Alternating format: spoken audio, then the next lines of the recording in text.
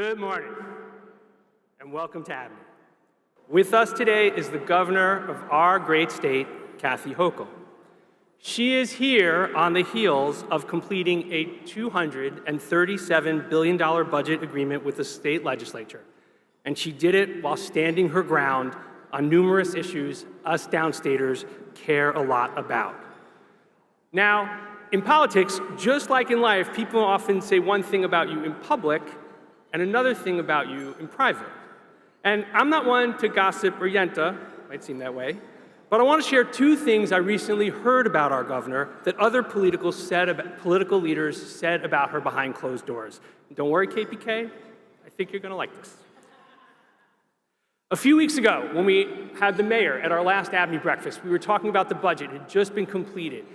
And he leaned in and he said, "You got to give the governor credit. She stood up and got us what New York City needed."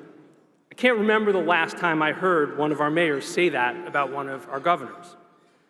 And earlier this week, I was at a small gathering with Majority Leader Schumer, and he was talking about AI, artificial intelligence, and the New York economy. He said the exact same thing. He said, "You have to give the governor credit. Her framework for AI is terrific. It's going to make New York a hub for AI development and grow this business." So I'm going to say this. We have to give the governor credit. When the mayor of the city of New York and the majority leader of the US Senate are both praising you behind closed doors for being our champion, you're not just doing something right, you're doing something great, and something few of us have seen in our lifetime, and I want to say thank you, Governor Hochul, for all you did in this budget.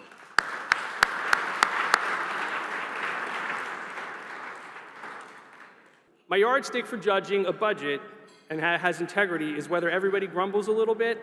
That's true here, like all really good negotiated agreements, but I'm here to give the governor credit again for just how much she got done for our city.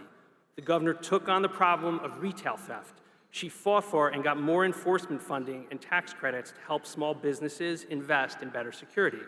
She got mayoral control extended, something that's really important to us here at ABNY, and it was good to see that our kids and their educations weren't going to be a political football at the end of session. And on top of the achievements, she got a slate of housing reform she had been tenaciously fighting for since last session done. They include more than $500 million in new funds for affordable housing, a new tax program to replace the old 421A and expand the supply of apartments, and an update of the 2019 rent laws intended to rehab regulated housing and get it back on the market. Sure, there's always more to do. There's always more to fix, but the fact is New York is confronting our housing crisis head on with eyes open, making progress, and we're most grateful. This morning, the governor's going to talk a bit about the tech ecosystem she's building, not just here in New York, but around the state. And it's a partnership she has forward with Senator Schumer, as well as our congressional delegation. It's good when government works. It's better when government works together. And it's best when government works together to get big things done. Our governor is in the center of getting big things done in our state. She has shown an uncanny ability to navigate the policies, the politics, and sometimes even the politicians to keep us moving forward. I'd say don't be misled by her warm smile and her friendly demeanor. She's tough, and she's getting it done, and I think we all owe her a real debt of gratitude. So with that, I'll say, we're glad to give her credit. It is certainly due. Ladies and gentlemen, please give a warm ABNY welcome to our governor, Kathy Hochul.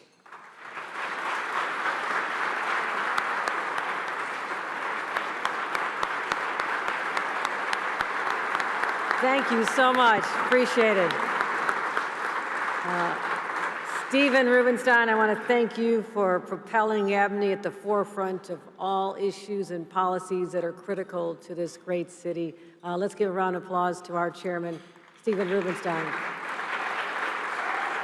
Also a shout out to the founders, the legacy of the Rudin family.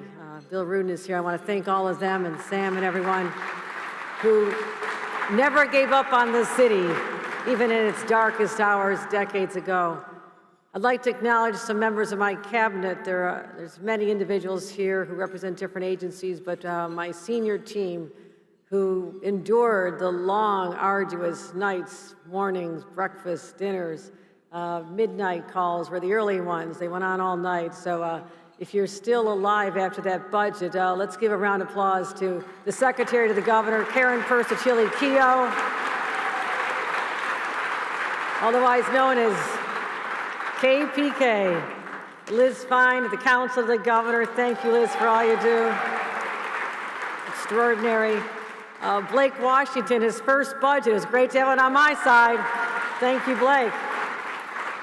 Catherine Garcia, Head of State Operations, who can solve any problem. Just give it all to her. Catherine can solve it. My Communications Director, Anthony Hogeby, I want to thank him. His first round with us. Chief of Staff, Stacy Lynch, a master negotiator as well. Thank you, Stacy. The head of all my agencies and entities, so many of you are here, and I'm so grateful. You know, I'll be talking a little bit about talent. I do have a talent. It's that I find the best talent, and they're represented in my administration every single day. I want to thank them for all they do. You know, when I first spoke here, I was pretty much a rookie governor. I think I've been in office 2 months. It's like, oh my God, I've always heard about this ABNY speech. Am I up for it? It wasn't as hard as I thought. But I told you then, back in November of 2021, even a month before Omicron came out of nowhere and set us back on our heels, I said I want to usher in a whole new era of collaboration based on the ABNY model that's been in place for 50 years, bringing people together to solve problems. It's simple. It sounds simple. But the idea of bringing people together who aren't accustomed to being brought together, like a mayor and a governor and a legislature, it was rather radical. But I also said at the time, it's not about who gets the credit. It's about who gets stuff done. Just get things done. So today I'm going to take a few minutes to update you on some of our progress, the past, but I won't spend too much time. Stephen laid out some of our initiatives. You can certainly read all my remarks about the project. We're very proud of it. But I want to also lay out my vision for the future of this state and the city. But I will take that brief trip down memory lane. You know, just a few years ago, people were, I would say, shorting New York City, and they predicted its demise. Now, I'm not talking about anybody in this room. That's not what ABNY members do. But people were, you know, their headlines that said, will the city ever bounce back? You know, has it lost its mojo? You know, what's going to happen? And people were working remotely. Oh, they'll never come back to this city. Okay, you try to get through Midtown traffic lately? Gun violence was up, not just here, but across the nation. The subway felt unsafe. Restaurants and hotels were struggling, and Midtown was kind of eerily quiet. I kind of appreciated being able to take long walks without a lot of traffic stopping me, except it felt very unnatural. So Mayor Adams and I came together, and we presented it right here at a forum, our plan for the new New York. And it was 18 months ago. We unveiled pretty progressive, forward-thinking ideas on how to get this city back. Because I knew, first of all, foundationally, for the confidence of New Yorkers to go up, crime had to go down. Job number one. We had to get this city moving again. And I'm really proud to report that we've made genuine progress. Gun violence, which is everyone's fear, down 40% in New York City. I'm not sure I could have predicted it would be down 40% that short time ago, but it is. Subway crime, Jan Oliver has leaned hard into this, working closely. We're always in the subway, announcing new initiatives, because that is the lifeline. That's an overused phrase, but it is true. And now subway crime, where we deployed resources. The mayor sent in 1,000 members of law enforcement in February. I supplemented that with 1,000 National Guard, state police, transit police. I said we have to restore the security that everybody who uses this system deserves. Subway crime is down now, lower than it was before the pandemic, when people were not talking about subway crime. Let's give that a round of applause, because that didn't happen by itself. Violent crime is down 32% on the subway. We need these trends to continue. There is no spiking the football here, and that's from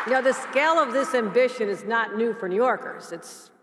We always go big, right? It's just what we do. That's why we're able to attract the smartest and the best people from everywhere across the world and across our country. And as someone whose Irish ancestors helped dig a big ditch a long time ago, connecting this little sleepy village known as New York all the way over to Buffalo, we have been transforming places, communities, people, and that created this economic powerhouse that is really the nexus between commerce and industry. And that's in our DNA, that's our history, but we've always been defined by our willingness to look to the future and imagine the impossible and then just do it. So what does the future look like right now? What is the impossible that we're capable of imagining now that we can put our collective minds together and ultimately resources and get it done? This is the best part of my job, getting to think about the next decades that lie ahead. That's what's required. One thing we have to continue to do is address the issue of how we unlock the potential, the human potential, our greatest resource, the people of New York for the next decades. How we get everyone transitioned and prepared for the energy, future jobs, the economy that's changing, technology jobs. It's all coming. And workers are needed for all these industries. So let's take a quick look into the crystal ball. I do believe, standing here today, that the emerging technologies will determine the winners and losers of tomorrow. Full stop. That's what will define our future. Just as roads and bridges and electricity and connectivity powered the 20th century, we are going to be running hard into the 21st century and beyond, and we'll be driven by microchip and the power of artificial intelligence. That is our future, my friends. That is the future. And I'll tell you, if there was a forum like this when someone first came up with the word, did you ever imagine what this thing called the internet could do? That is what we're facing right now when I talk about artificial intelligence. That has the power, the capability to transform lives and communities forever. We cannot ever underestimate the significance of artificial intelligence. This will be the most powerful tool ever created. And we here in New York, because we're certainly not lacking in vision and ambition, we can deploy it, maximize it, and utilize it to have the most positive effects on our communities. Now, there's competition from other states, competition from other countries around the world. They all want these industries to go where they are. But I love a good competition. We will not lose this one, especially the AI industry, because we know that this technology, everything it touches, will be more efficient, more productive, competitive, more profitable. So I said in my State of the State address just a couple months ago, whoever dominates AI will dominate the next era of human history. I'll tell you right now, I'm confident New York will win that race and continue to be a supercharged economic and business capital of the world. Why? Because, as I mentioned at the outset, the human capital and talent is everything. The machines aren't coming up with these ideas, it's the brilliant people. And New York has an abundance of brilliant people. That's what sets us apart, we know that. It's not arrogance, it's the truth. Competition's in our blood, people come here, they want to be part of this collective energy. People are coming, I was in California, admire what they did with Silicon Valley, but they're coming here. The suburban office parks with the slides and the miniature golf, and I was out there, it's all fun. But if they're serious about changing the world and being connected with other similarly brilliant people and having incredible workspaces and culture and just the energy of this place, this is where they're coming now. And others had written us off, and I say, welcome. Welcome to New York. They want to use that talent. They're desperate to just get out to an environment that embraces it, and that's what we do here in New York. They want to put their genius to work and be challenged by the smartest minds and most creative people on this planet. So no one in the world can compete with New York when it comes to our talent. That sets us apart, and it is diverse talent. It is very diverse talent. That is what sets us apart as well, and I'm so proud of that. So right now, I think we're talking about someday in the future, there are more AI job openings in New York City than any place in the country, even beating out Silicon Valley. Did you know that? It's happening right now. We'll build on that momentum with my newly enacted Empire AI Consortium. Remember that phrase. Yeah, you can give that a round of applause. Whoever thought of that one. That's it. Hey, Julie Samuels in the front row here. First in the nation. I love saying that. First in the nation. 10-year, $400 million partnership between the state, private sector, and major academic institutions, including SUNY and CUNY, because we're not leaving anyone behind. We also have great institutions like Cornell, RPI, Columbia, NYU, Flatiron Institute, others. People are buying into this consortium. They want to be part of this. What are we going to do with that money? We're going to build one of the nation's largest and most powerful supercomputers, the type of which is only available right now in the large private tech companies using it for themselves. See the difference? They're not using it to innovate solutions for the future, deal with societal problems. They're doing it for their own benefit. That's fine. Capitalism, love it. But I don't want to leave anybody behind. And that's my point. And I can't claim credit for this brilliant idea. I always give credit where credit's due. I can just claim credit for getting it launched. Like many great stories and ideas and relationships, it started with breakfast at the Regency. Where else? Tom Secunda and I sat down last fall. He says, I have this really kind of radical idea. You know, I could get money from the private sector, but you'd have to get all this money from the state. We'd have to get the universities involved. Everybody has to buy in. And we could actually democratize the power of AI, make it more available quicker. And he says, I know it's only got a little chance of happening, but I just thought I'd throw that out there. I was hooked. He had me at hello. It was that powerful. And I said, we can do this. I know we can. We're just a couple months away from the budget. Blake Washington, can you find me $275 million? Sure, boss. Thank you, Blake. But also, I love long shot ideas, by the way. I was prepared to do whatever it took to get this funded and over the finish line. And I will say, the legislature bought into this.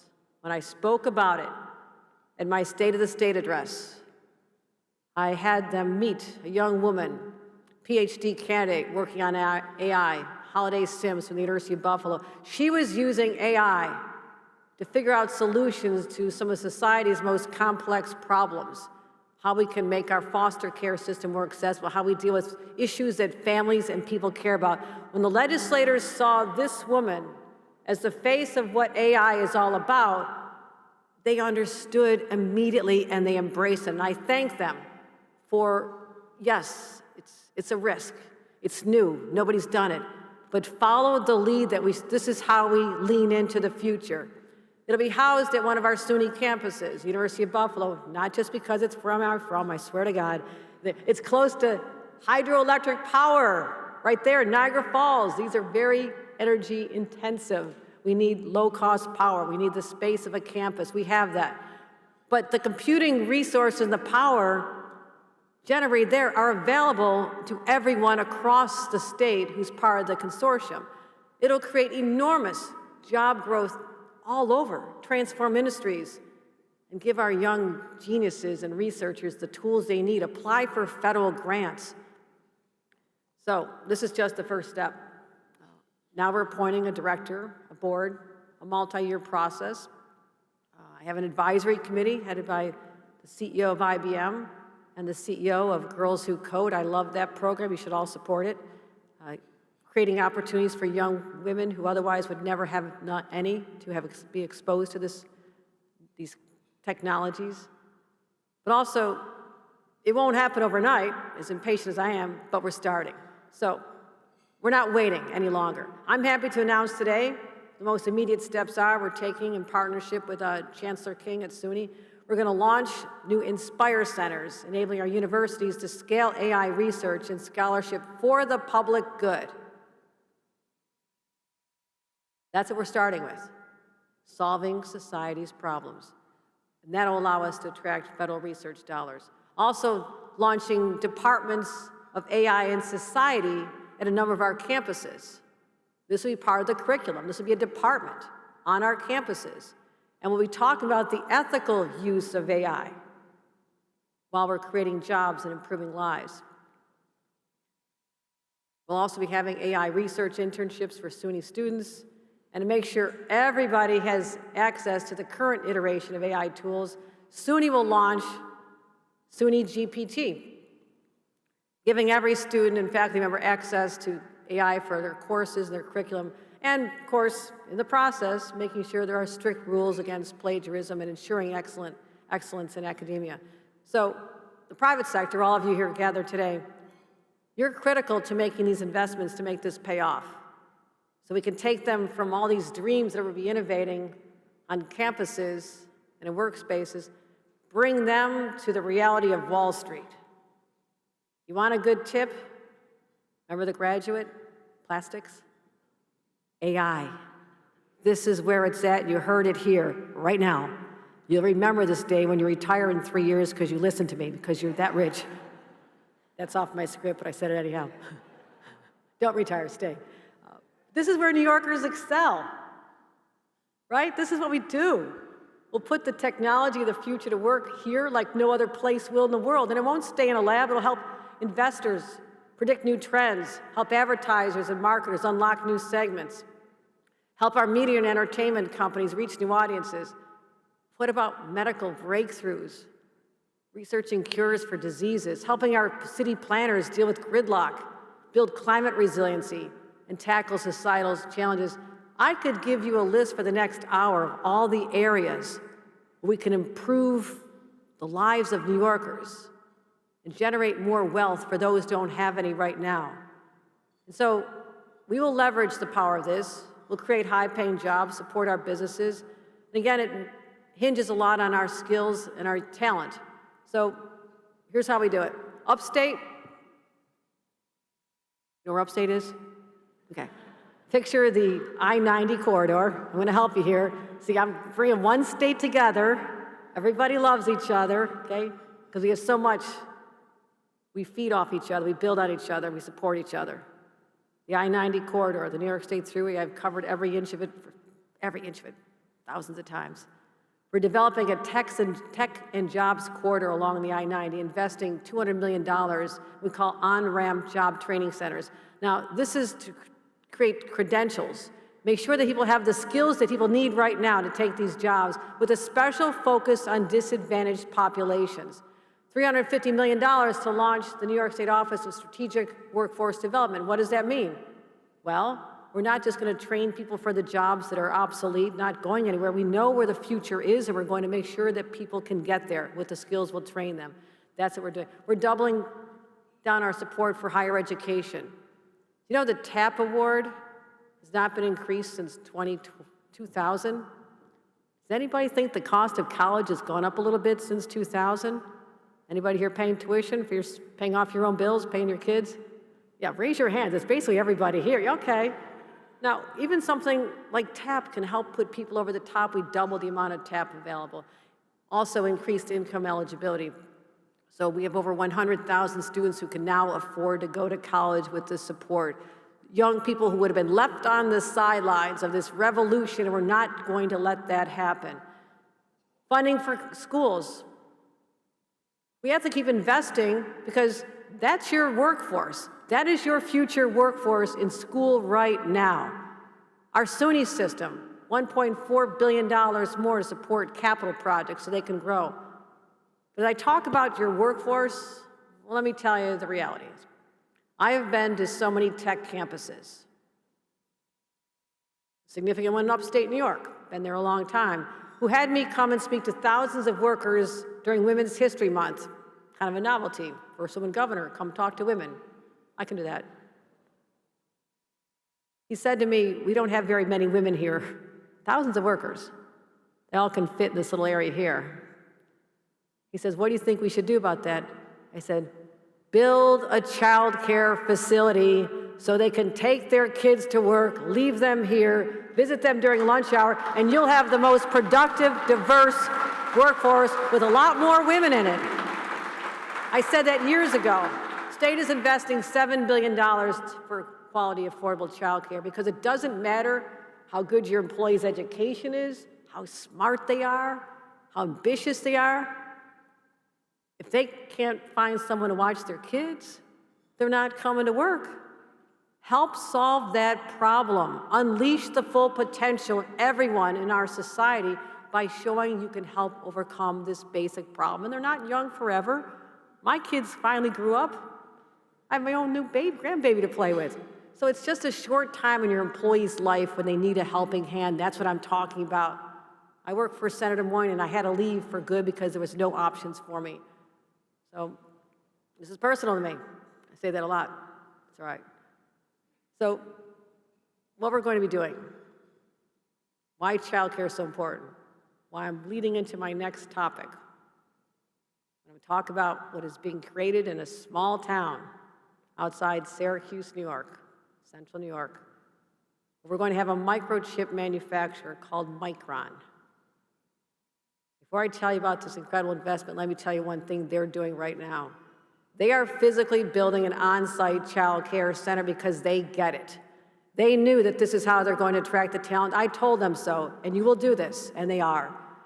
They're bringing to New York State a $100 billion investment in the manufacture of semiconductor memory chips. We announced it with President Biden a couple weeks ago, Senator Schumer, both key, instrumental in getting a National Chips and Science Act. Now, what that said was it made it more competitive for our country to have this manufacture done in it. So they could go anywhere in America with those same benefits. That's great. But how we got them to New York, above all the other states, is a different story. This is the single largest private sector investment in New York State history, one of the largest economic development projects in American history.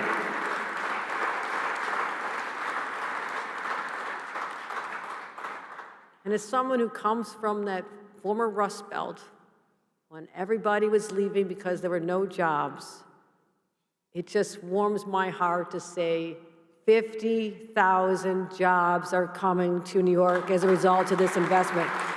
And they'll be able to create supply chain opportunities all over every corner of this state, and it's already happening. Now, when I was my first week as governor, first week, I had to find my conference room because I was told there's some people from Micron. They're just going to take a look at New York, but they're looking at other states, and we're not sure we're going to be competitive. But Governor, can you meet them? When I first heard that, I said, I need to do this. We need to get them. These guys are great. I want them here. It would take more than incentives from the federal. I knew that we had to get incentives from the state as well to make us in the competition. So I was committed to this. I knew we had to deliver a lot. They asked for 9,000 engineers. I said, sure, help me find the engineers. I know they're out there.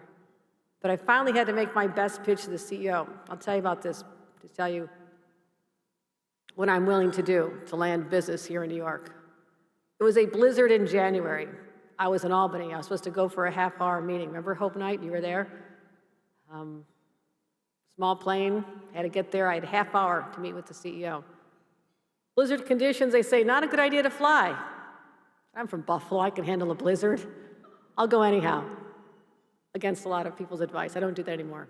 But I could not miss this meeting. He came all the way in from Idaho, and I was not going to miss this meeting.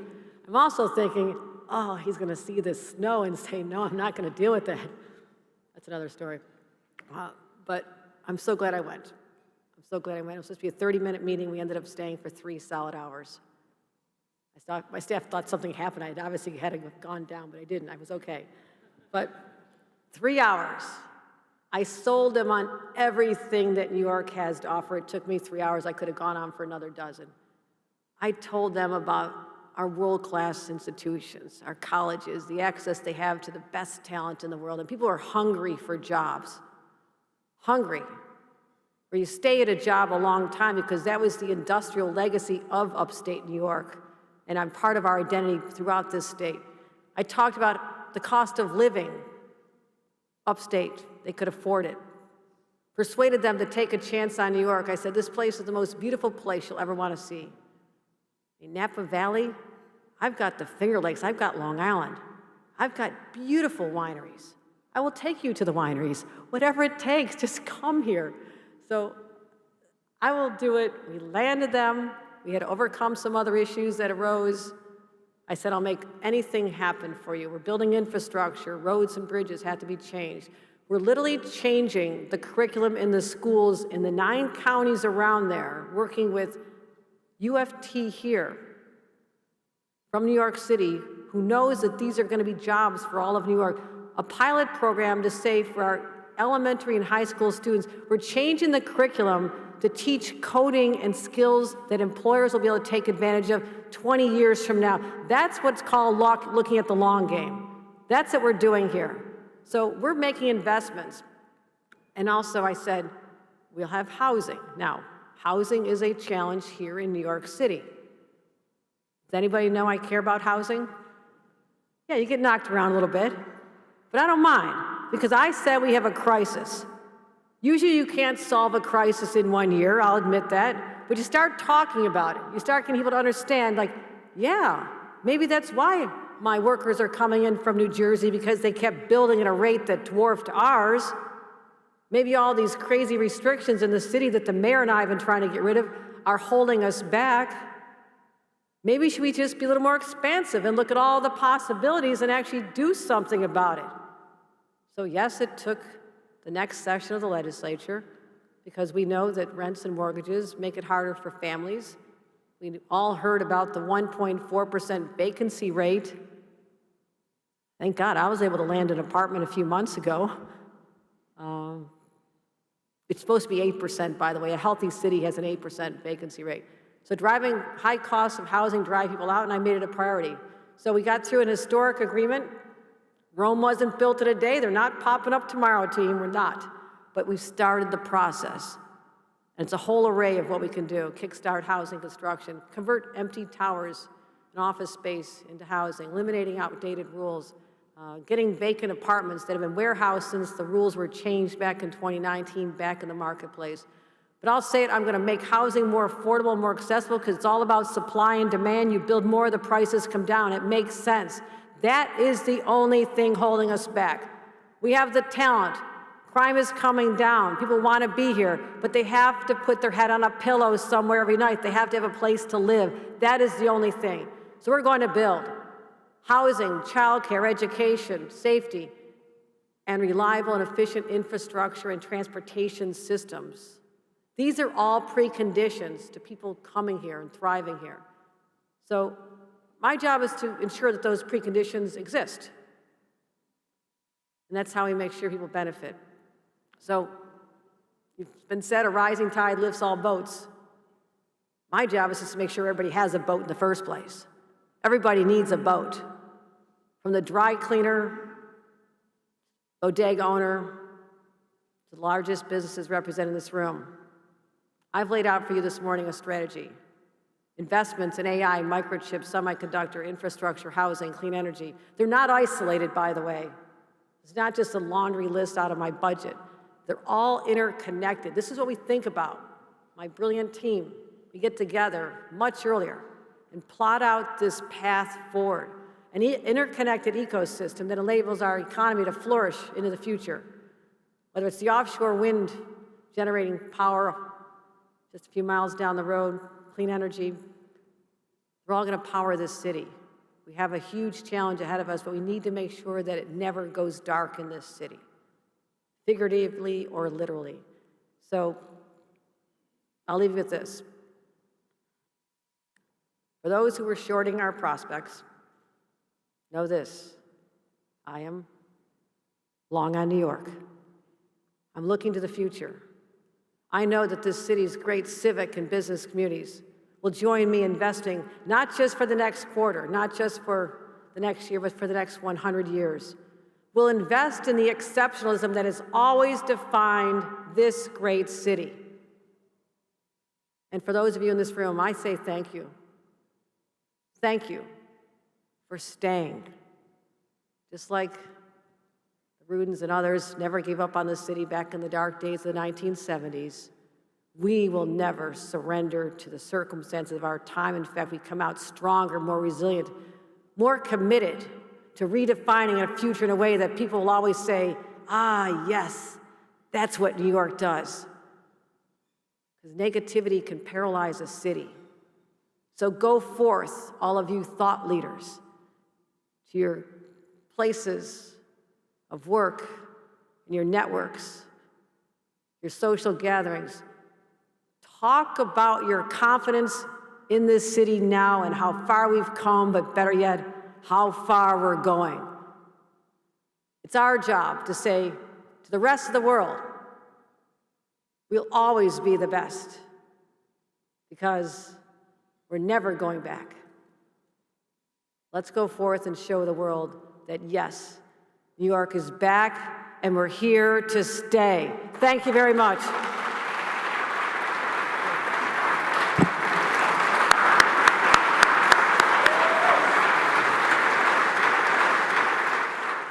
You invested a lot. There's a lot of money in the budget for things we desperately need and to grow our economy. At the same time, I know you had a lot of pressure to raise taxes, and you kind of exerted fiscal responsibility. Can you talk about how you got that done and what you did as part of this process? I am very happy to talk about the fact that there are no tax increases in our budget. Yes, because my job is not to suppress growth. I actually like it when people live in New York, not in Palm Beach. Okay? I like the fact that people who are successful decide to build their businesses and keep themselves and their families here.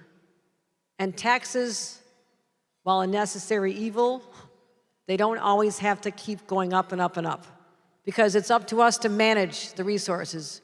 We are fortunate. Some years are better than others. Wall Street drives so much of our economy and our budget, bonuses, et cetera, so we can predict how well we're going to do. But we have to live within our means. But the other element is not just not raising taxes, but what happens if something does happen? The recession that's been long talked about. There's an economic decline. You know, I have to prepare for the worst case scenario, the rainy day, or as we say back in my hometown, we say the blizzard, because the blizzard always comes. It always does rain at some point.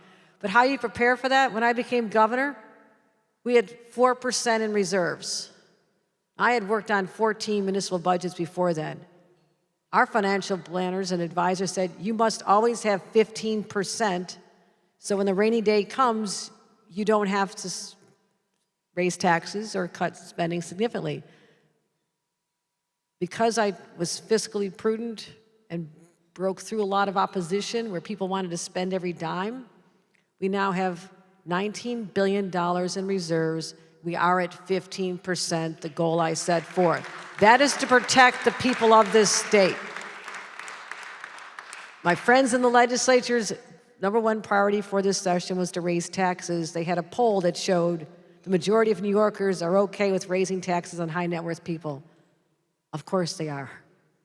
It makes sense. They don't have to pay. They're talking about other people. But if I drive those other people out of the state, there's less resources for the programs that I just talked about. So we have to be smart about this, and I'll always be fiscally prudent when it comes to managing the money of our taxpayers that come to us for stewardship. Can you talk a little about the process of the budget? It sort of has this famous old brand is three guys in a room. That's obviously changed. Not three guys. Not three guys. How does it really work? Like, how do you break a log jam? Is it really three people? Is much of the legislature involved? There's a lot of conversations and negotiations that go on at the staff level. And again, my staff was there nonstop working with the leader's staff, the majority leader and the speaker's staff, and just coming up with ideas, pressure testing, what the legislature, there's incredible engagement from my team behind the scenes. But when it comes down to the actual negotiations at the table, Andrea Stewart-Cousins and I, yes, we joke about the fact that the man is in the minority now, so it's changed the culture. But foundationally, I respect other people who are elected. I just do. People wanted them in office, they want me in office. You know, Mayor of New York, we have the same constituents. We should be working together. The legislators, I have to respect their position. So I treat people with respect. Now, I'm very clear in what I expect to get, what I want, and how far I'm willing to go. I will run out the clock. Yes, it's really nice to have an on-time budget, and the press really likes that because then they get to say, oh, the budget's late another day. Wow, it's late another day. Oh my God, there must be signs of dysfunction. Meanwhile, I'm getting things done that no one could imagine we'd get done, like this housing package, and getting the changes I needed to improve public safety. I was not going to leave until we got it done. So I knew we would not go too long, but at some point, there's a break in the logjam. When you find people come around to, well, okay, if we can take care of this, we'll be with you on this. So there's intensive negotiations. You have to understand human nature at the bottom line. You can't just bully your way into it. Beating up other people in the press is the formula of the past. I can do that any day of the week. I'm not afraid to take a shot. But what does that get me? It drives people further, deeper into their corners. And you don't need this clash of Titan egos anymore in the state of New York. We can govern without that. We govern successfully. We deliver for the people a $37 billion budget that illustrates our priorities as a people. So it's not what people think. There's a lot of meals together. I realize that people are friendlier when their stomachs are full, and I ask what people like to eat. Feed everybody, bring them over. You know, willing to say, you just be accommodating, and just be human about it. I think that's the difference. I will win the battles. I will go the long game. I'll be successful. But I want to bring people along so they can share in that success as well. They can go to their districts and say, yes, I don't like everything about the housing deal, but we got housing done for you. I'm not crazy about everything on public safety, but we're looking out for you. So that's what I wanted to. I want to have more winners come out of this instead of just me being the winner and a lot of losers. That's how you govern differently. It's new for this state, but I'm saying it works. And do you think that carries over? Like, do you feel like the way you went about the budget this year with the legislative leaders, will help you again next year? I do, because I'll be leaving here in a little while and going to yet another bill signing where it's not just me sitting there with a bunch of pens signing the bills. I will showcase the sponsors of bills or the supporters. I go to someone's district. I can make other people be successful in their own districts in the eyes of their voters.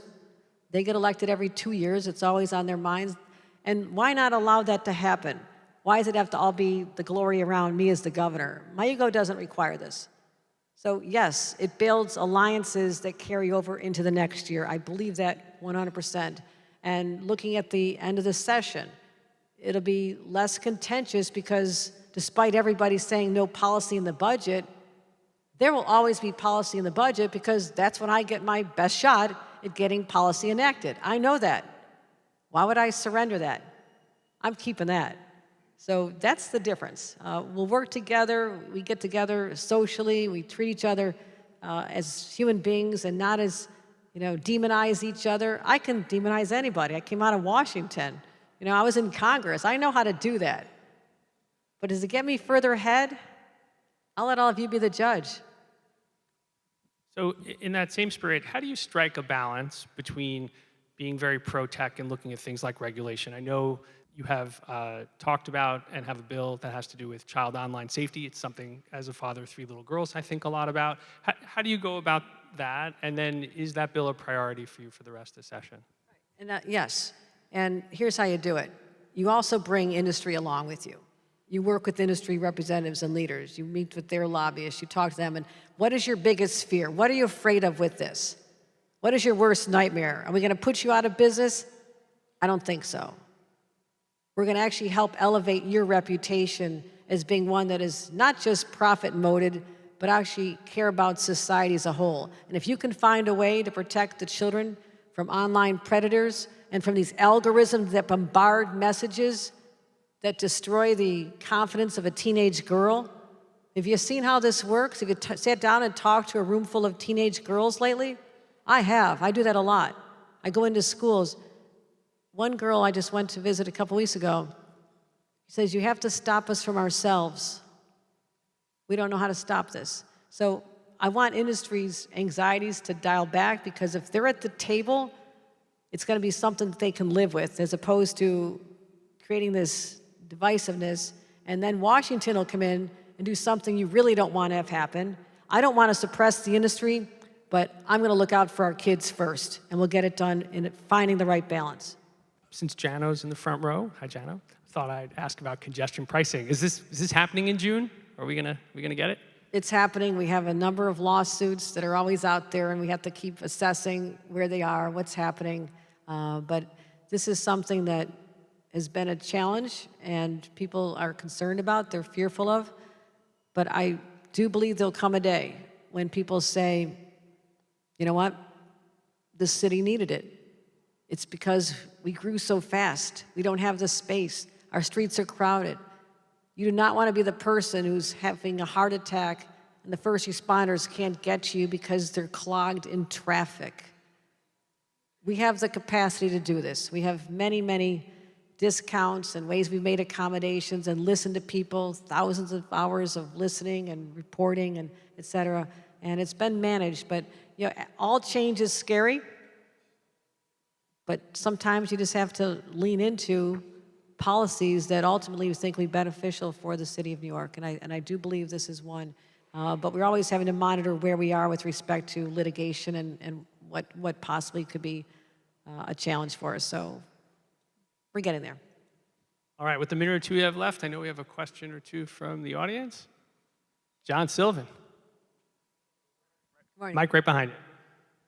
Good morning, Governor. Thank you for your leadership, and congratulations to you and the team on an incredibly successful budget.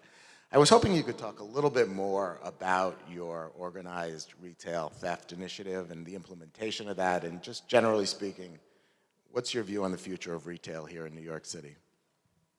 Retail is part of our identity. It's the iconic stores that people come from all over the world to stroll in, and the charm of little neighborhoods. We ooze personality in our neighborhoods. That's what draws people here.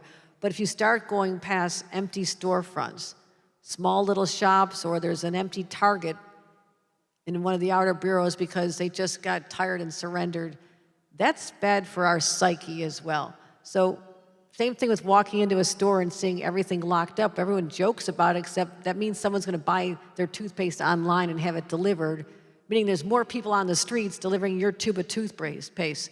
That's what's so ironic about this. So we showed the retail shop owners, all sizes, we're on their side.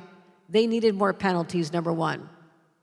Retail workers, front lines, as I mentioned, there was opposition to treating assaults on them as a higher category of offense. I thought they deserved that. We do that for transit workers, we do that for law enforcement, we do that for different categories. They're on the front line.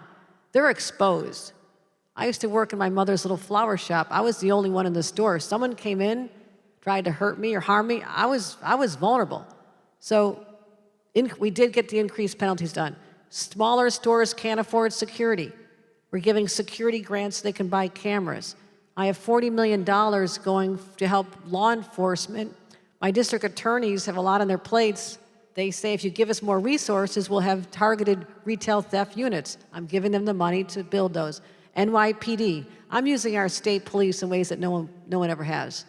Whether it's my gun interdiction task force, all the way down to enhancing hate crimes, our investigations there. I also have 100 more state police officers dedicated to tracking the transnational organized crime units that are doing the major sweeps and selling it online. And online, we have to be looking at the providers of this platform where things are being sold not just on our streets, but out to the rest of the world, because that is the end destination for much of this stuff. So we're going to be monitoring it. If it doesn't do what we need to do, we'll always make changes to enhance it. But we listen to these owners on what they want, and they're very happy with these initiatives. They're starting right now, by the way, starting now. And since it's about 10, I'm going to ask one final question. You mentioned, look, we all love New York, and we can't imagine anybody wanting to be anywhere else. That wasn't the case with Micron. So you mentioned the 900 engineers and the jobs. You mentioned diversity. What was the thing that you were like, oh, wait, I got him? What was the moment where you were like, oh, he doesn't want to go anywhere else? One sticking point early on was who will build it. They were going to build it with organized labor, but they said to me they thought that the costs could go much higher and they would have to then go to Texas or another state. So they factored that in. I said, give me a little bit of time here. I called up the head of the Central New York Business, or the Labor Council, and I said, how would you like to have thousands of jobs for the next 20 years building 4 fab manufacturing facilities so someone not even born today can walk into one of these jobs? We say, would you like to build that? Yeah, of course. Then you have to go in the room and make it work with them, because that was going to be a barrier right there. They said that was a tipping point against New York at the time. They worked out a project labor agreement. Labor is very happy. Roberta Reardon shaking her head. They're happy now. Keep everybody happy, Roberta. And so every problem they had, and of course making sure that the federal money came through, that was key. But they were aggressive negotiators. They really were.